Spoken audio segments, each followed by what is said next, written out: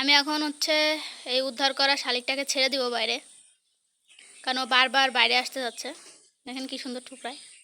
High, ও বারবার উঠতেছে, এই করতেছে, আরও আমার কাছে কষ্ট লাগতেছে কারণ ও হাঁটতে পারতেছে না। তাই দেখি ছেড়ে দিয়ে যে কী করে।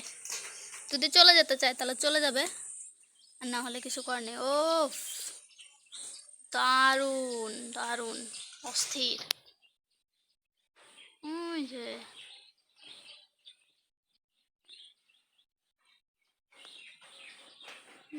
ওই যে বসছে। চলেন কাছে যেয়ে দেখাই আপনাদেরকে,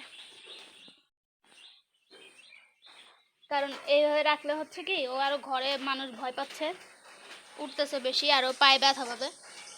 আর আমি চাই না ও সুস্থ হওয়ার চেয়ে আরও অসুস্থ হয়ে যাক, তাই ওকে ওর মতো করে ছেড়ে দিয়েছি।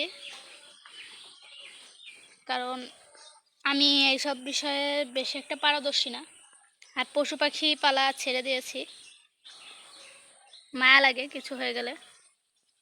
এই যে ও কিন্তু দাঁড়াইতে পারতেছে না, দেখেন। ও নিজেও জানে না যে ওর পা নেই আরেকটা।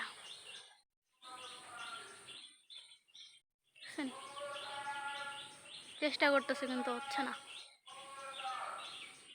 এই অবস্থায় ছেড়ে দেওয়া উচিত হবে কিনা আমিও বুঝতেছি না ব্যাপারটা।